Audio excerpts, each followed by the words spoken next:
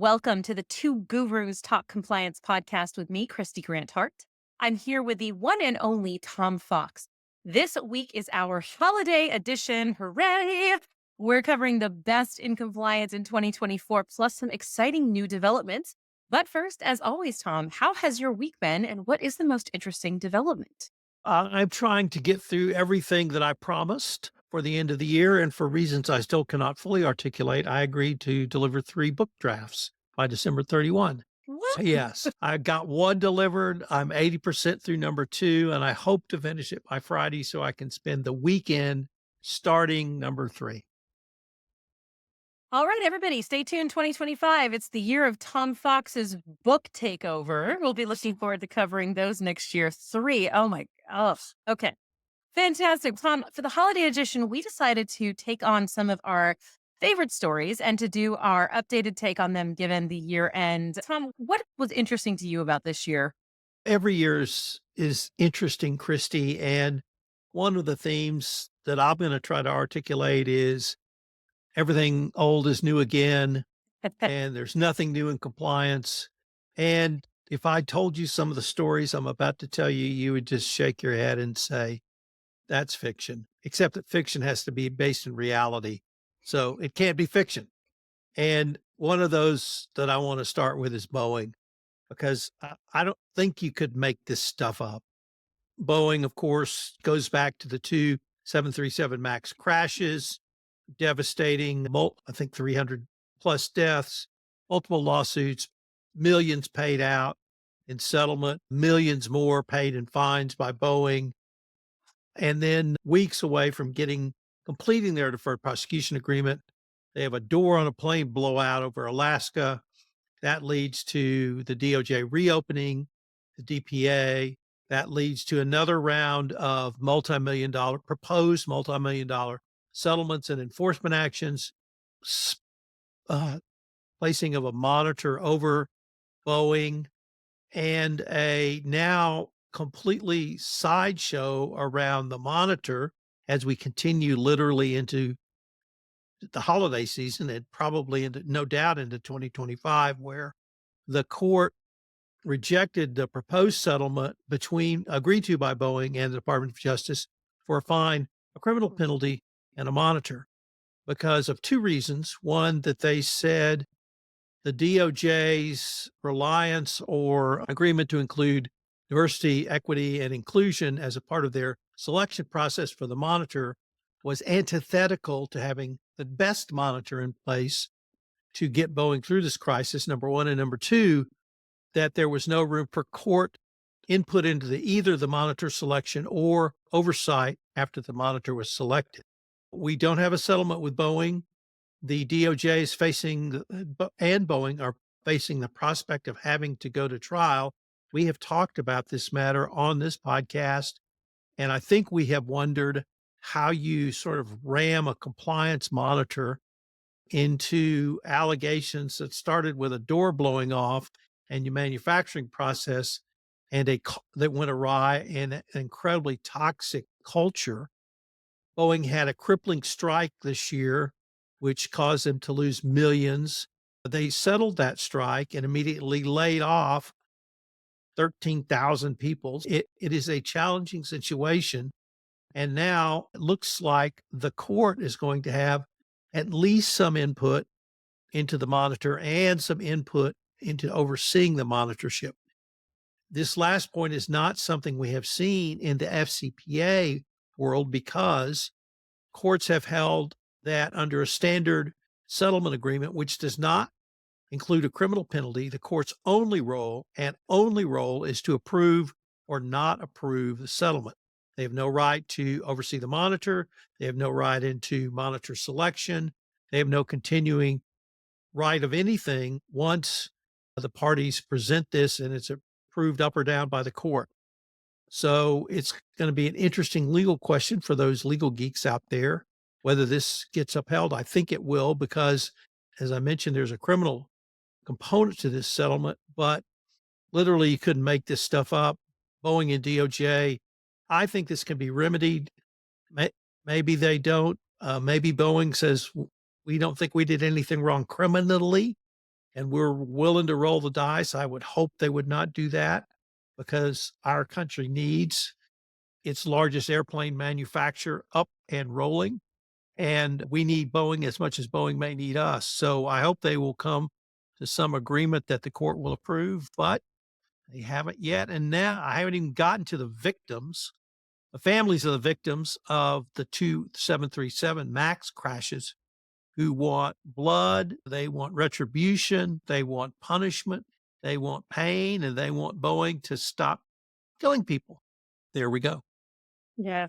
That one's just I'm surprised it's still going. I figured we'd be into the monitorship by now and moving forward with it. That's really interesting about whether court oversight will continue. Hopefully, we just the biggest thing though is to just get that culture turned around. And hopefully with the new leadership that's going to be a possibility. But this has definitely been painful for everybody on all sides. And hopefully we'll get that fixed. As Tom, I just got off an airplane recently. I'm getting on another one tomorrow, but that's such is the story of my life. But tomorrow is for work. This past one was for Antarctica. So I have just returned from my seventh continent. And I had 2 weeks, believe this or not, no internet service because it turns out it's really difficult to get internet service across the Drake Passage and with the penguins. I had actual 2 weeks off.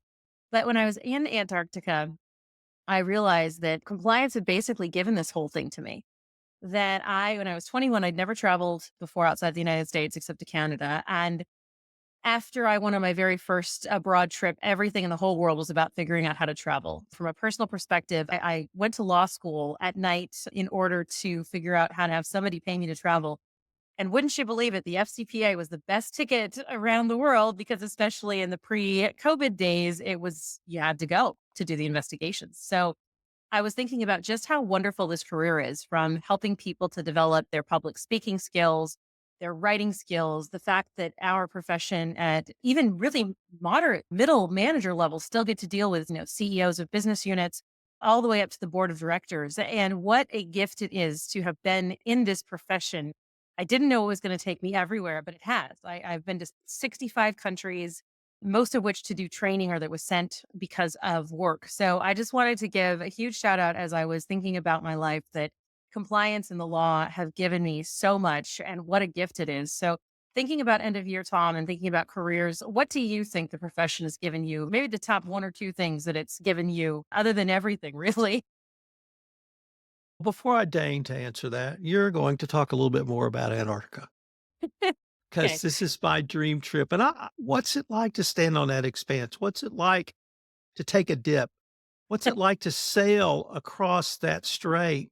I mean, just tell us what you were feeling. Oh man, that it was a trip of a lifetime. So it was six friends, my husband and four of our friends from London. We planned this for 3 years because we wanted to be on an expedition ship, which is there have to be fewer than 500 people if you're actually going to get on the ice. So a lot of cruises go around. We wanted to be physically on it. And it's a lot of physical work to do that. So the Drake Passage is the roughest sea in the world.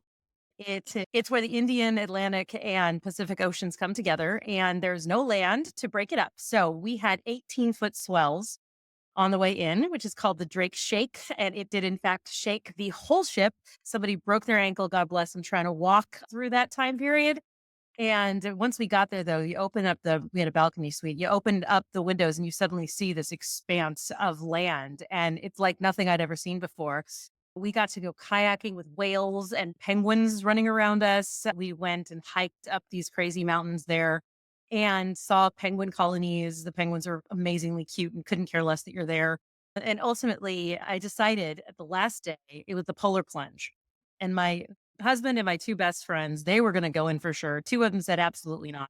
And that left me on the fence, but ultimately deciding to take off all the hiking gear because you have to take the Zodiac from the big ship to the island and then getting down to a bathing suit, going in 30-degree water. It was 30 degrees. There were ice in it and coming right back out. You have to go all the way up to your neck in order for it to count for your certificate. And then put back on your hiking gear, get on the little boat and go to the big boat. So that was the craziest thing for sure. But it was definitely life changing in the perspective that this is an amazing world and being part of it is a pretty cool thing. Very cool. I'm very envious of you. And Actually, I may lean on you to do an entire podcast on this topic. Ooh, I'm on it. Let's do it. We can talk about the Antarctic Treaty. There Take we a go. legal bent for part of it. Fantastic. Okay, so I've been thinking about that, the questions you posed for the following reason. On December 2nd, I received the GOAT Award in Oh, yes, compliance. you did. Congratulations. I am now the GOAT of compliance. And some people say the resemblance is uncanny, and I agree. And in my speech, acceptance speech, what I really tried to communicate, and I think I was able to do, is that unlike the other professions I have been in, and you and I have both been in the law firm world, we've both been in the corporate world, compliance professionals, we certainly stand on the shoulders of the founders who came before us in the late 90s and early into the first decade of the century. But unlike most other corporate functions, we stand on each other's shoulders. And I've never been a part of something like that. And it's certainly bigger than me, but it's a profession that helps each other. And the award I got was from the Houston compliance community. So I knew most of the people in the room and I could say how we had done that. But it's true across the country and it's true across the globe. You can pick up the phone and call literally any other compliance professional and say, I have this problem. Have you ever dealt with it? And they'll answer that. Or if you're in town and you actually want to go have dinner or lunch with somebody, you can email them or ring them up, or you can get somebody to do you an email intro. And it is the most sharing profession that I'm aware of in the corporate world, at least. And I'm incredibly blessed to have been a part of this for some time. And I was just reflecting on how different it was than being a lawyer in private practice, than being a trial lawyer or any of the other things that I've done. I just feel like I've been lucky to be a part of this for 15 plus years, and I look forward to doing it a while longer. The greatest of all time friends. Congratulations, Tom. That is fantastic. The next topic I wanted to take up was the TD Bank enforcement action. And once again, we talked about that matter on this podcast, so I don't want to kind of reiterate the detail of facts, but this case was one of either the best examples or worst examples, depending on your perspective, of management accepting a risk that turned into illegal conduct very quickly.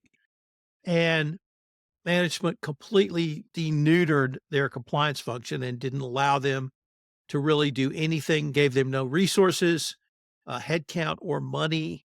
They cut budgets annually in compliance, and they created a level of risk that TD Bank tellers knew money laundering was going on. And this is, like I said, one of the best or worst examples, I'm not sure which, of how you can have a complete, total, and utter compliance failure because of the top level management's decision. And that really leads me to something that I I'm going to start talking more about, which is we have got to hold some of these senior executives culpable for their conduct. We had the chief compliance officer talking about, I made my budget with cutting from last year. Good for me. It should factor into my year end discretionary bonus. That's not what a compliance officer should be talking about. And we had a couple of enforcement actions. We mentioned Boeing a little bit earlier, but TD Bank would just seem to scream out to have somebody at the really top level um, either charged or at least pay a civil fine and penalty or banned from the banking industry or something. The tellers and low level people that they have indicted certainly were involved in illegal activity, but they didn't think it up and they weren't the ones that caused it. They just took advantage of the situation. This case, and Elizabeth Warren and one other senator have really led the charge on this from the government perspective that why weren't senior executives held liable for this or something done? And so I think this may be the start of a new dialogue about having the top really pay the price for their actions in these types of cases. There's been so many conversations the DOJ has had about holding individuals responsible and making sure that individuals are charged appropriately and held accountable. But we've seen not a lot of it, really. So I think that you're right. I mean, I went back and looked at my notes on TD because it's just too good. But in 2021, there was a branch employee who saw a criminal gang leader purchase more than $1 million of official bank checks in one day. And there, the employee said, "How is this not money laundering?" And the back office employee wrote back in email, "Oh, it 100% is." So if you're looking at that as your evidence, I mean, this is as egregious as it gets. Put this one in your training materials that no one will believe, and you'll be able to have those conversations because it's real. It happens, and it happened.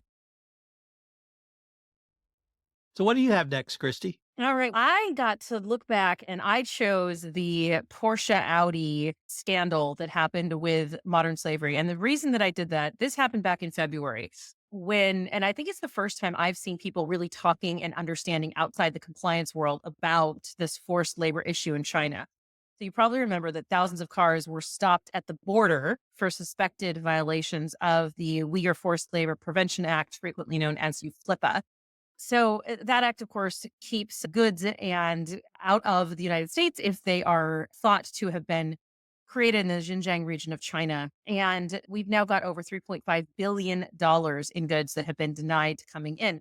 But a lot of times those were things like cotton or tomatoes or solar panel glue. And people just don't relate to those as being products or don't know about it because it's in part of the supply chain. But when my husband wrote me and he forwarded me a link from Motor Trend magazine saying that it was obvious these luxury cars were being kept out, that it really broke into public consciousness. And as Tom, we own a property in West Virginia that has a caretaker, and we were talking about a certain brand of gloves that has been alleged to have modern slavery. And you and I have talked about it. When we were talking with him, he said, "Oh, yeah, aren't these gloves problematic because of modern slavery?" And I thought, if this is getting through to folks on the ground in the construction industry in West Virginia, we're getting somewhere, right? Later on in the year, we heard that BMW and Jaguar Land Rover or Jaguar Land Rover, depending if you're English or not, had some of these same issues. So I chose this story because it's really the first time I think the public has really understood what's happening and are getting a sense that there are consequences and problems. And frankly, kudos to Volkswagen. As soon as they knew about it, they turned themselves in. They said, "Look, this is a problem. We're going to get this fixed." It was a fourth degree supply chain issue. So it wasn't their direct supplier, it was a fourth party. I think this really is a turning point where people are starting to get it. I mean, do you think that's true, Son? Has this broken through more than it did before? I remember when you brought this up, and I think we had perhaps a good laugh or two about the parties involved, but it really brought a level of consciousness to the public because of the parties involved. When you start talking about Porsche, you start talking about Jag, you're talking brands that are iconic across the globe, and everyone knows who they are. And when those companies get in trouble, it really communicates, and in this case, educated. Several years ago, I live in a rural part of West Texas, and some property was for sale and was alleged to have Chinese owners, and somebody wrote an op-ed piece in a very small town newspaper ending with, "Where is Siphius when you need them?" And I thought, "Oh my gosh, they know what Siphius is." I think it's great, and I really hadn't thought about it in the context of you're talking about it now. We talked about it in the context of be ever vigilant with your supply chain, but here, I think this is brilliant the way that the story is great, and you were able to use that to toward this larger point that the word is getting out. And I saw an article, I think last week, that Patagonia and one other clothing company are now using forensic technologies Mhm. to determine the geographic source of fibers for their clothing so that they don't get in trouble. And NCI comes to compliance. I love it. So We're going in the right direction on something, so thank God for that. Oh my, we have a company that has been going in the right direction that had a wrong turn. What happened with this one, Tom? so this is John Deere, and there's I don't know if it's 100 companies, I don't know if it's 50 companies, I don't know if it's 25 companies, but everyone in America knows them. and John Deere is one of them. And it's now called the Deere Company, but it doesn't matter. It's still John Deere.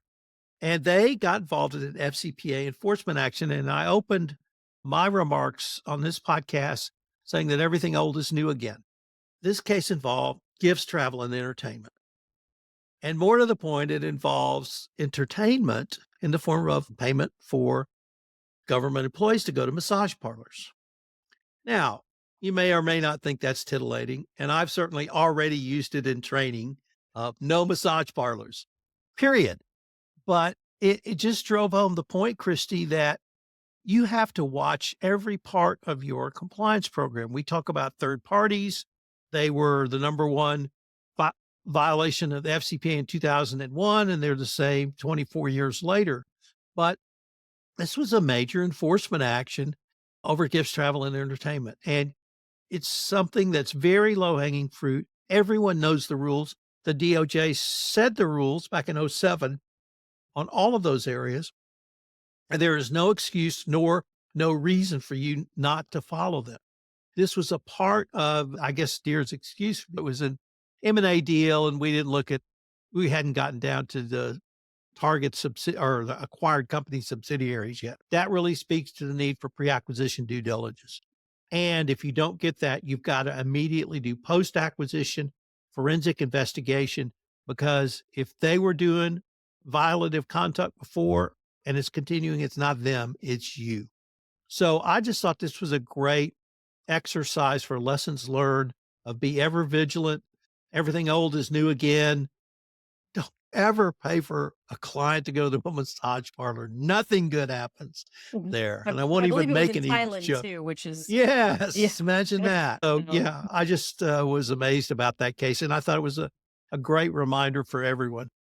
Yeah, I mean, look, they've had a hard year, right? They were targeted for anti-DEI and anti-ESG persecution is the word I would use for it. So it's been a hard year for them. We are hoping that they get back. It's such an iconic brand. And also they have done some really strong work in compliance previously, winning World's Most Ethical Company Award. So I have my thumbs up hoping for you in 2025, John Deere. Let's go to somebody who I don't have a lot of faith in or a lot of hope for. And this is the end, is it? For one of my favorite stories, which is the end of the Sam Bankman-Fried story, obviously known to his friends as SBF. He was, of course, the CEO of the cryptocurrency firm FTX, which in extremely simplified terms authorized the use of funds to its sister business, Alameda Research, which illegally propped up both companies back and forth until it didn't.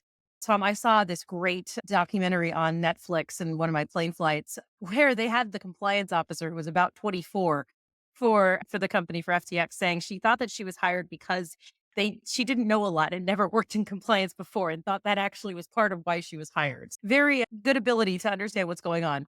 He was sentenced to SBF, not the compliance officer. SBF was sentenced to 25 years in prison over this spectacular collapse, and he forfeits $11 billion with a B. I thought this was fun to look back on because I remember this time last year, SBF decided to be interviewed by George Stephanopoulos on television. And I was literally screaming at the television to stop talking because the lawyer in me thought, this is all going to be used against you in court. What are you doing? Then he decided to testify himself, which no lawyer would ever tell you to do in court.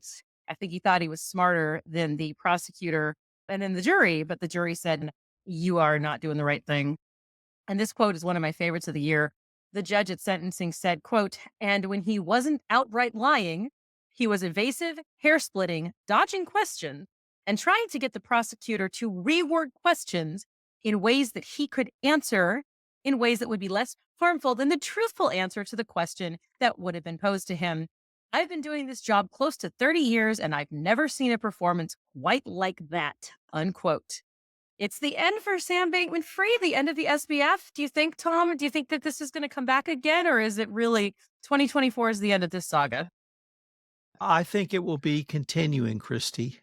I think that SBF will continue to bedevil us even from prison, but I don't think FTX saga is over because Mm, there's still ongoing litigation and remuneration and recoupment of funds. And I think we'll be talking about this case for a long time. thank goodness. All right, Tom, what'd you pick next? So for next, I want to get actually a topic that's relatively recent, and that is the McKinsey and Company kerfuffles. While you were gone, I guess, they settled a massive FCPA bribery and corruption case in South Africa. And they basically said, oh, it wasn't us. It was our South African subsidiary. The evil person who did it, we fired him. It has nothing to do with us. Fairly standard corporate hoo ha. But then last week, McKinsey announced a $650 million settlement around its role in the opioid crisis. But even more damaging, I thought, Kristy, was the fraud they created against the government. And then a managing partner or managing director, they called him in the United States, was caught destroying documents, hiding evidence, and lying to investigators. And so what we see is, unfortunately, for the world's largest and most successful consulting company, a culture where they took on very dodgy, if I can use that English word my wife likes, dodgy projects, working with clearly the term in the opioid case was they turbocharged Purdue Pharma's opioid sales. And that's the one that came back to haunt them. But this was not a South African bribery and corruption problem. This was a worldwide McKinsey problem. And they're under DPA now. It's going to be incredibly challenging because it's a very loose, I don't say loose, not a command and control, a leadership group. Once you're the equivalent of a partner, you're pretty well off on your own to do your own thing. And you don't have a lot of control from above, from below, or from sideways. So it's going to be very difficult to get these people under control, but they have to change. And somebody's got a lot of work cut out for them. Yeah, I mean, the thing that struck me most about this when it originally came out was the conflict of interest, working on both for the government and working for the company, undisclosed conflicts. I mean, these are bread and butter compliance issues, and hopefully things will get cleaned up there. And God knows the number of times we've talked about Big Four on this year in this podcast. I almost picked one of the Big Four ones, but there were too many to choose from. Oh, my word. I went with another domestic problem for my third one, my third choice here today. This is about New York City Mayor Eric Adams. It's just too good. So, this case relates to the acceptance of over $100,000 in free travel and upgrades from the Turkish official who really wanted to open their 36-story Manhattan consulate building. And the Turkish president was coming to visit. So, they were having problems getting their fire permit issued. And that's when allegedly all this went down. The mayor elect, who was going to be the mayor, sent all these text messages trying to get the permit issued, along with a lot of other things that he's charged with, including acceptance of foreign donations, manipulation of the matching programs fund, and not disclosing all of this per New York City law. So there's a lot of things that are interesting about this case. But the one that just cracks me up, Tom, is you do not want to see the Turkish president burned up in a fire because you paid off the fire inspector. This is not a good look. I don't, if you're going to do bribery, do it other ways than that. It makes no sense. It may not matter because today in a press conference, our president-elect Trump said he would consider pardoning Mr. Adams if he is in fact to face prosecution and to be convicted. But we always think about bribery as being this international issue. And I think it was the New York Times, I can't remember, or the LA Times, one of the two this year had a huge expose on my hometown. Los Angeles is massive corruption scandals and massive problems here. So, ladies and gentlemen, if you are under the misapprehension or your folks are convinced that there is no Los Angeles, New York City, or US bribery, please, we got plenty of examples now for you to pick from. Some including gold bars being hidden in apartments. There really are, on both sides of the political fence, lots of ways to prove that bribery exists in America. It's alive and well. So we couldn't have a 2024 wrap up or 2023 or 2022 or 2021 without talking about Elon Musk. And whether it's the Doge, whether it's his purchase of the company formerly known as Twitter, or a lot of other things. But the one I wanted to talk about, Kristy, was the pay package because it has so many angles applicable to compliance, certainly to law, corporate governance, and a variety of other things that we talk about consistently on this podcast. And I want to focus on the pay package, which was a $56 billion pay package if he hit certain metrics, which he did. The Delaware court, however, invalidated the pay package on two grounds. One, they said that the board of directors is basically beholden to Musk. And two, that the shareholders were not given adequate information about the package to vote on it. So the court invalidated. And Tesla then held another vote and attempted to cure part two of the judge's concerns with additional information. And the vote was successful. It was wildly successful. And so they went back to the court and said, we want to make the pay. And the court said, no, you haven't remedied number one, which was the beholden directors. And so we're at this imbroglio of, frankly, I would have thought a second vote would have cured it. But obviously I was wrong. And it's one of the few times I intentionally or unintentionally sided with Mr. Musk and his legal team. But the court said, no, a second vote cannot invalidate a court decision. And maybe I shouldn't say maybe, there is something to that.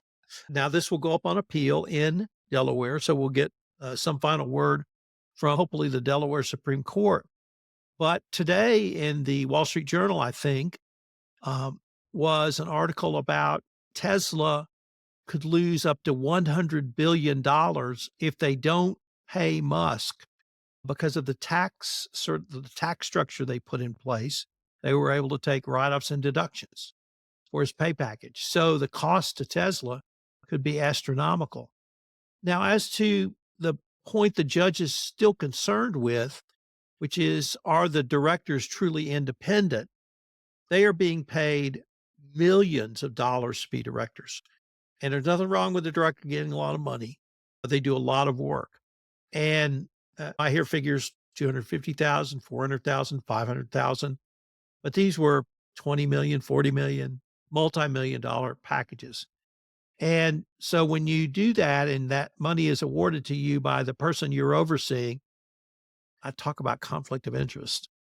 And so we have this complete situation where it's going to have to come to a head one way or the other. And now this is the Delaware courts, allegedly not subject to federal courts or federal government pressure, either a Doge pressure or a Trump pressure.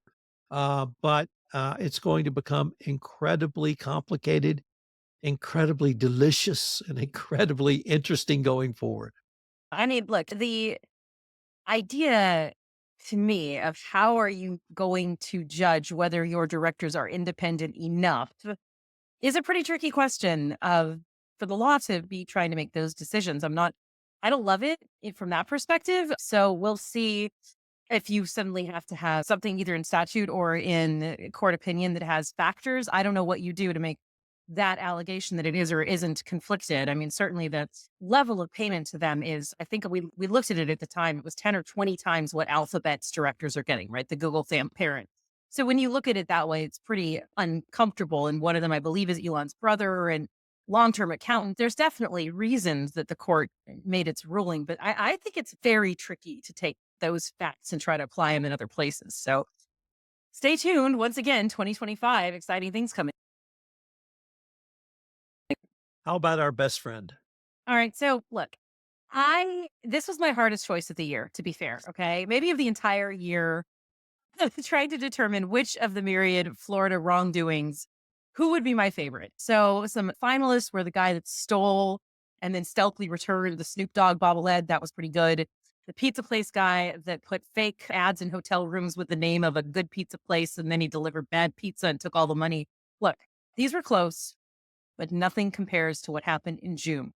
In June, Florida man really wanted some beer, but he didn't have any cash on him. So obviously, he tried to pay with a live alligator. So when our friend 32-year-old Bill Jenkins went into a convenience store looking for a 12-pack, he must have been quite a sight because he came in with a 4-foot-long alligator around his neck. I guess like a fur or something. When he got to the counter, he offered the alligator as a method of payment, but the cashier was uncomfortable with this. Can't imagine why. And called the cops. Mr. Jenkins tried to leave, but was stopped by police when he explained that he'd retrieved the alligator from a nearby swamp intending to domesticate it and make it a pet. But since the beer was calling to him, it felt like a fair trade. Now, this man was charged with having an alligator without a permit and trying to exchange a live animal. And it has to be that the best part of this story, Tom, was this is not the first time someone has tried to buy beer with a live animal in Florida. In 2018, another Florida man tried to buy beer in exchange for an alligator. And in 2015, another resident tried to pay for a cold one with a possum. Note to Florida, please stick to cash, credit, or checks. What kind of shenanigans will happen with the people of Florida next year? You will just have to stay tuned to the Two Gurus Top Compliance podcast in 2025 to find out. Until then, have a very happy holiday season. I'm Kristy Grant-Hart. And I'm Tom Fox.